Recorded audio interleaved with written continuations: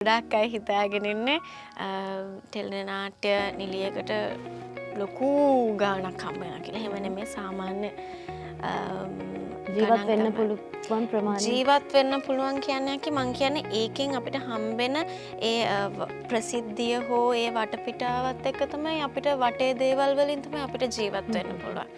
ඒ කියන්නේ දැන් මම මේ කැරක්ටර් එකෙන් මම මගේ දක්ෂතාවයන් පෙන්නලා මම ඒ ප්‍රසිද්ධියටපත් වුණාට පස්සේ මට හම්බ වෙන ඔපචුනිටිස් වලින් තමයි මට ඉස්සරහට යන්න පුළුවන් කියලා මං හිතන්නේ. ඒකට මහන්සි වෙලා වැඩ කරන්න ඕනේ. එතකොට තමයි අපිට වටේ දේවල් හැදෙන්නේ.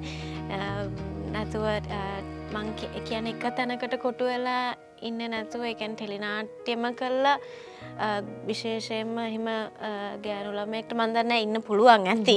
හැබැයි මං කියන්නේ දැන් මේ ලංකාවේ යන විදිහත් එක්ක ටෙලි නාට්‍යයේ හම්බෙන දෙයින් විතරක් ඉන්න අමාරුයි. තව වටපිටාවක් අපි හදාගන්න ඕනේ.